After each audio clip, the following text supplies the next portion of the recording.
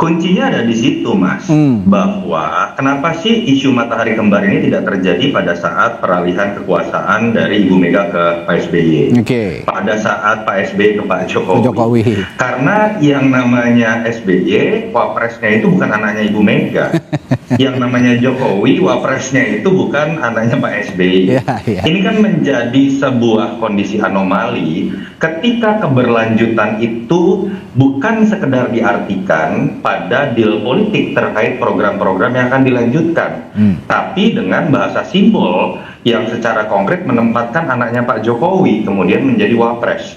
Di situ bahasa komunikasi politik atau simbol politik yang muncul adalah Pak Jokowi masih ada di situ tanda kutip melalui anaknya. Itu yang menyebabkan sensitivitas sebagian publik, saya nggak mau klaim seluruh publik bahwa Pak Jokowi masih ada dalam lingkaran kekuasaan. Itu yang menyebabkan kenapa sih ketika ada menterinya Pak Prabowo datang ke rumah Pak Jokowi, publik langsung kemudian mencoba membuat tafsir. Padahal kita objektif nih ya, menterinya Pak Prabowo juga ada yang datang loh ke rumahnya Ibu Mega pada saat Lebaran kemarin. Catatan saya misalnya ada Ibu Sri Mulyani, ada Pak BGS, karena memang mereka berdua punya kedekatan personal juga dengan Ibu Mega, tapi tidak diributkan. Karena Ibu Mega tidak ada dalam posisi seperti Pak Jokowi yang masih menempatkan anaknya di dalam posisi kekuasaan.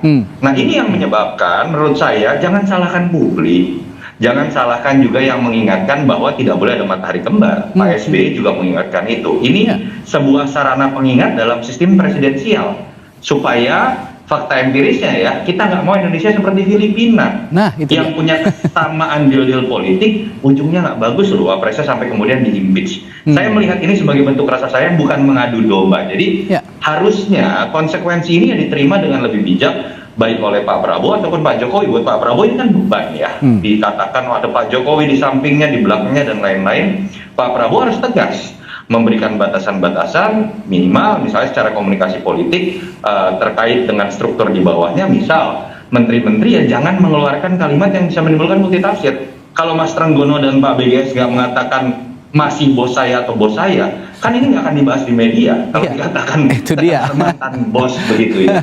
Kedua, Pak Prabowo juga menurut saya mungkin harus berhati-hati. Contoh, bagaimana pidato politik berteriak mengenai hidup Jokowi, mungkin artinya tidak dalam konteks itu, tetapi kemudian dalam sensitivitas yang seperti ini karena ada keanomalian yang terjadi karena deal politik mereka berdua, harusnya itu bisa disikapi secara lebih berhati-hati. Jangan disalahkan publik ya kira-kira. Ada statement glorifikasi ketika pidato, itu juga jangan terlalu berlebihan begitu kira-kira ya, Mas Toto. Nah, tadi saya menanyakan kepada Pak Endarsam bahwa perlu nggak ada mekanisme formal atau informal yang bisa dibentuk untuk menjaga harmoni lah kira-kira antara presiden saat ini dengan mantan presiden. Kalau kata Pak Endarsam katanya ya nggak perlu lah, itu jangan terlalu jauh juga, kita juga nggak mau membatasi silaturahmi. Tapi yang ingin saya tanyakan ke Mas Toto, jika seorang Presiden Prabowo ini perlu juga menjaga soliditas gitu kira-kira, dan ada menghindari risiko-risiko yang akan muncul, apa yang harus dilakukan? Kalau saya percaya Prabowo tidak bisa diintervensi. Prabowo punya pemimpinan kuat dengan karakter dan latar belakang beliau sebagai militer. Dan kalau kemudian mau kita uji pun ya secara substansi, tentu saja ini hipotesa dan spekulasi dan analisis saya. Saya melihat apa yang menjadi program dalam 5 bulan awal kepemimpinan Pak Prabowo itu khas Pak Prabowo. Saya, sepengenalan saya dengan Pak Jokowi, karena saya cukup dekat dengan beliau dulu, saya tidak melihat Jokowi akan menempatkan program seperti MBG sebagai program prioritas. Pak Jokowi dulu menempatkan infrastruktur dengan menggunakan dana APBN secara dominan. Pak Prabowo tidak menggunakan itu. Pak Jokowi mungkin tidak akan menempatkan Indonesia masuk dalam BRICS sebagai salah satu kebijakan luar negerinya. Ini sepemahaman saya. Artinya saya sih senang-senang saja bahwa artinya Prabowo sudah menjadi Prabowo sepenuhnya. Tetapi kan tadi bahwa di sampingnya masih ada kekuasaan yang diberikan kepada anaknya Pak Jokowi, hal-hal itu yang kemudian menimbulkan banyak tafsir. Nah, paling tidak, walaupun Pak Prabowo menunjukkan kekuasaannya secara penuh, tapi juga harus berhati-hati dalam konteks menempatkan bahasa komunikasi publik kepada publik, dan bukan hanya masukan ini saya alamatkan bukan hanya kepada beliau ya, tapi bagaimana beliau juga bisa memberikan ketegasan kepada menteri-menterinya untuk kemudian tidak memberikan penafsiran yang bisa membingungkan publik tadi. Kenapa? Balik lagi, karena di belakangnya sudah terlanjur ada sensitivitas. Ketika sensitivitas itu muncul, obati, jelaskan, jangan kemudian menuduh publik yang sedang mengadu domba. Begini, saya kembali ke Bung Handoko. Bung Handoko, kalau tadi Mas Toto mengatakan bahwa mungkin dulu di Pak SBY juga ada pertemuan-pertemuan begitu, tapi tidak diungkap ke publik. Tadi juga Pak Hendarsam juga mengatakan seperti itu. Adalah silaturahmi. Saya yakin juga dulu-dulu ya Pak SBY bertemu tokoh juga ada, hanya tidak diekspos. Tapi kali ini pertemuan-pertemuan itu ya, kalau tadi kata politisi Nasdem Ahmad Saroni, ya biar nggak ada penafsiran post power syndrome, ya nggak usah diekspos lah, tidak usah diupload. Nah, dengan adanya exposure ini, bagaimana Anda melihat bahwa sesungguhnya ini bukan kemauan Jokowi juga untuk bertemu tokoh-tokoh tadi? Ya, iya gini lah. Kalau soal diekspos, saya bertemu itu kan, ya kita kan lihat Pak Jokowi kemudian memang baru kali ini kita punya mantan presiden, kemudian rakyat masih berbondong-bondong tiap hari. Pak SBY juga kayaknya dulu gitu deh, Mandoko, sebenarnya berbondong-bondong juga, cuman nggak diekspos saja. Kemudian juga, ya, kalau publik nggak ada masalah juga. Ya. Main-main aja menilai orang-orang datang gitu kan, nggak ada juga yang mempersoalkan itu. Kemudian apakah ini ide-ide atau pikiran-pikiran post power syndrome ini kan muncul dari para politisi di elit gitu. Di bawah nggak ada masalah sekali, nggak ada yang mempersoalkan orang-orang datang ke Pak Jokowi, karena bagaimanapun beliau ini mantan presiden, orang yang punya posisi dan pengalaman penting di Republik ini. Jadi biasa saja kemudian orang bersilaturahmi kepada seorang tokoh, bagaimanapun itu hal yang lumrah dan sangat bisa diterima secara dalam sosiologis masyarakat Indonesia. Jadi juga nggak ada yang perlu dipersoalkan. Tapi karena itu kemudian adalah tafsir-tafsir yang dilontarkan dari para elit politik, kan begitu aja. Tapi yang tadi dibilang Mas Toto juga, ini bukan sarana untuk memecah belah loh. Sebenarnya publik juga hanya ingin mengingatkan begitu, Mas Pak Handoko. Ya, kalau publik gak ada masalah, yang mengingatkan Bang Mardhani, Saroni kan begitu.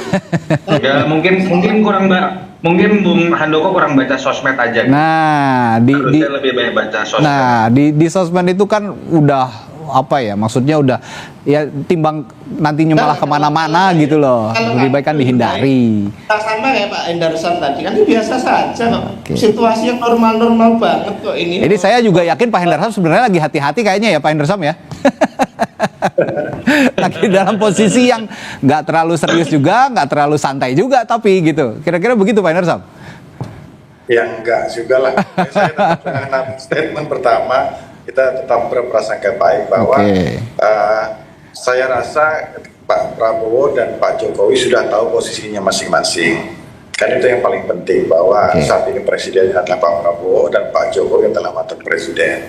Nah, itu harus menjadi pegangan bagi Pak Prabowo, ya kan?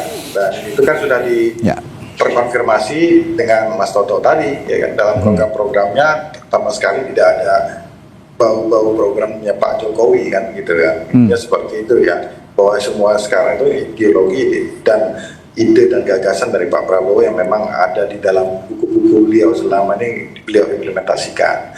Dari situ kan sebenarnya sudah jelas kayak, dan Pak Jokowi juga saya rasa tahu persis bahwa saat ini dengan sistem keternegaraan kita, bahwa orang nomor satu ya menentukan arah kebijakan bangsa ini ke depan, bagaimana menatanya, itu adalah RI 1 kita, Pak Prabowo Subianto, dan didampingi oleh Mas Gibran, kan seperti itu sesuai dengan konstitusi. Jadi ya itu clear aja lah, saya rasa ya.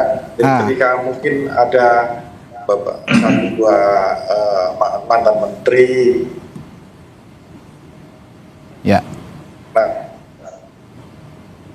sepertinya ada kendala teknis terhadap publik. Ya, itu kan mungkin menjadi catatan saja. Terakhir saya terakhir ke Bung Toto, kalau dalam situasi seperti ini, Bung Toto, berarti Anda masih yakin atau enggak independensi menteri dalam menjalankan tugas di bawah Presiden Prabowo, yang kalau kata Pak Hendarsam RI 1 kita ini masih terjaga begitu kira-kira? Kalau ada menteri yang masih menempatkan mantan presiden sebagai tuannya, ya menurut saya bodoh. Karena kalau bicara mengenai sistem tata negara dan kewenangan, mau sehebat-hebatnya mantan presiden yang bisa memecat atau mempertahankan menteri hanya presiden yang masih berkuasa. Ya. Bahkan wapres pun tidak bisa. Jadi saya sih masih berprasangka baik tentang hal itu, tetapi kehati-hatian dalam berbicara dalam sensitivitas isu seperti ini harusnya lebih dijaga. Dan yang terakhir, udahlah kita kan belajar akhirnya ya dalam proses demokrasi. Ya, halo teman-teman, kembali lagi bersama saya di channel ini. Salam inspirasi, salam NKRI, harga mati. Ya, ragam tafsir ya pertemuan Pak Jokowi dan para polisi. Ya, ada beberapa oknum kepolisian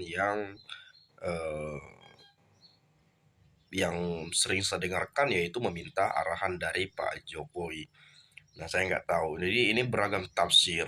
Ada juga yang menafsirkan bahwa pertemuan itu untuk membangun kekuatan.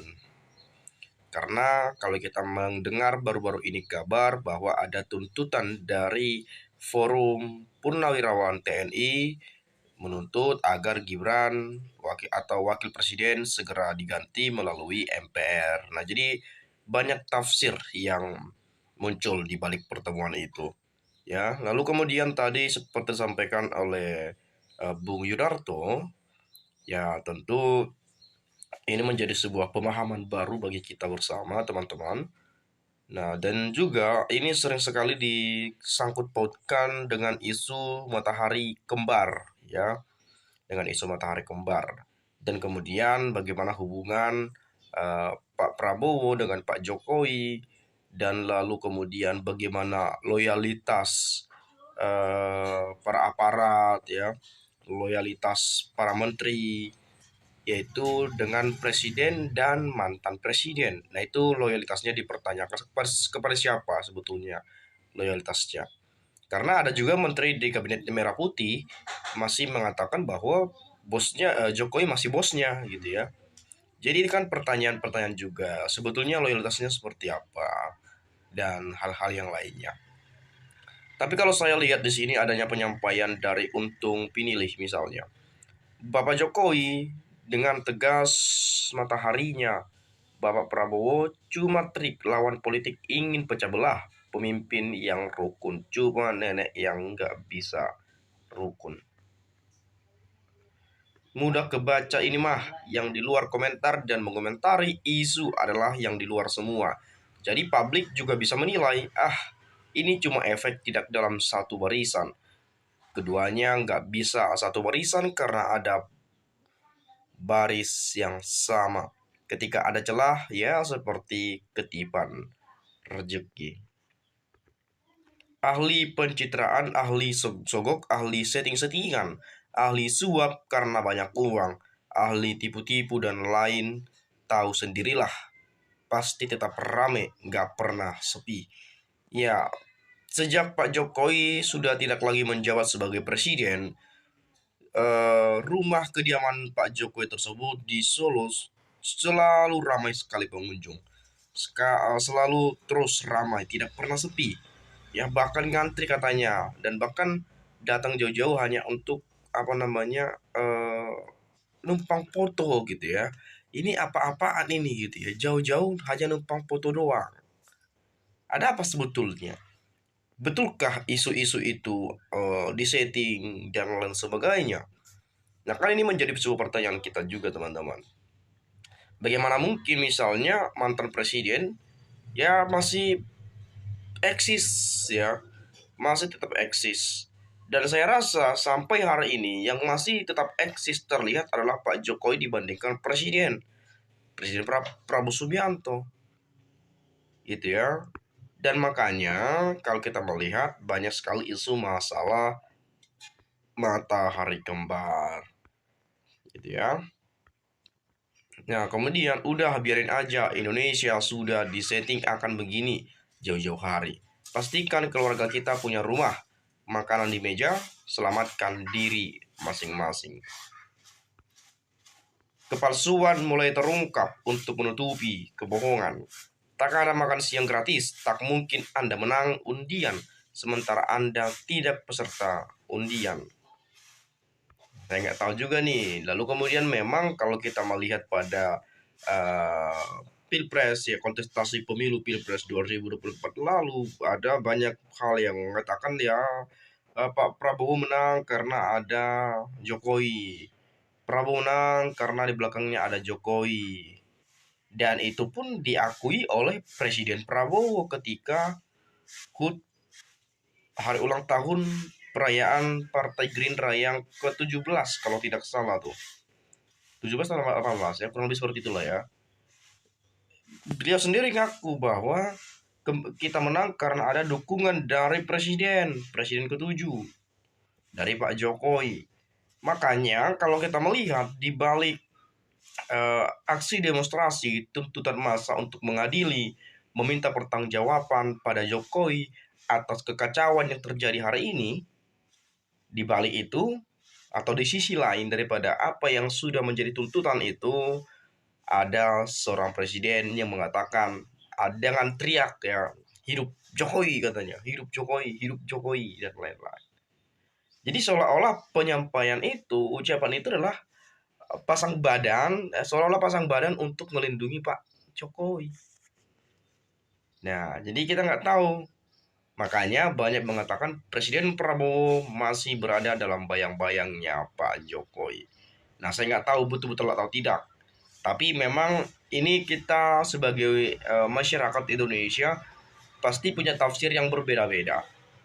Pasti punya perspektif yang tidak sama, punya sudut pandang yang berbeda, ya punya pendapat penilaian yang tidak sama. Jadi teman-teman nanti boleh juga silakan sampaikan pandangan Anda, ya pendapat teman-teman, penilaian teman-teman terkait hal ini. Mungkin sekian dan terima kasih. Kita akan bertemu di video selanjutnya. Salam inspirasi, salam NKRI harga mati.